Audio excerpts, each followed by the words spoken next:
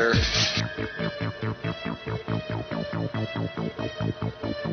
Forgot your receipt. Checkout lines. Who needs them? Have a nice day. This is the future of e-business.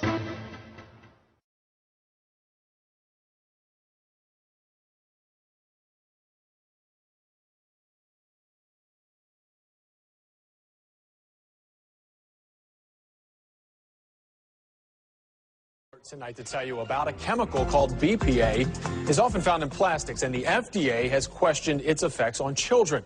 Now it's showing up in cash register receipts, and tonight we take a look at what that means and if there's an actual risk to your health. We all have them, piles of cash register receipts stacking up in our purses or wallets. There you go. Thank you guys so much. The Environmental Working Group says 40% of receipts they had tested had substantial amounts of something known as BPA. Bisphenol A, or BPA, is a chemical used in the making of plastic bottles or plastic food containers. And there are some side effects to them. Victor Caritas is a nutritionist at Abby's Health and Nutrition in Tampa.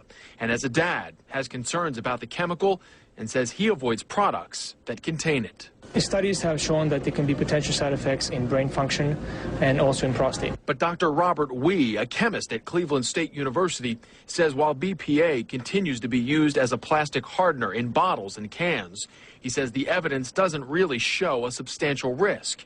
However, it being used on receipts is a different story, and its use should be, at the very least, restricted. I feel that they should, whenever possible, they should replace it with a kind of papers that do not contain the BPA.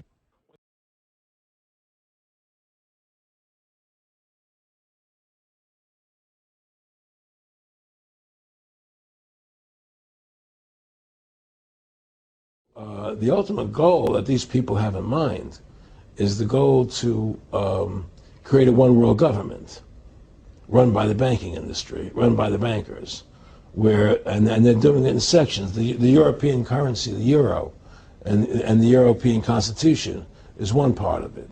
Now they're trying to do it in America with the North American Union, right? And they want to create a new currency called the Amero, right? And the whole agenda is to create a one-world government where everybody has an RFID chip implanted in them. All money is to be in those chips, right? There'll be no more cash. And this is giving me straight from Rockefeller himself. This is what they want to accomplish. And all money will be in your chips. And so instead of having cash, anytime you have money in your chip, they can take out whatever they want to take out whenever they want to. If they say you owe us this much money in taxes, they just deduct it out of your chip digitally. Total control. Total control. And if you're like me or you, and you're protesting what they're doing, they can just turn off your chip. And you have nothing. You can't buy food. You can't do anything. It's total control of the people. And that chip's connected to a database that has your purchasing records, what you do, what everything, you sell. Everything is in there, you know?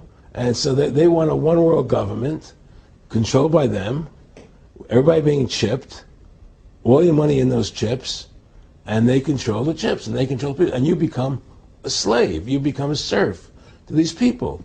That's their goal, that's their intentions. Eric, can you be specific about when you met Rockefeller?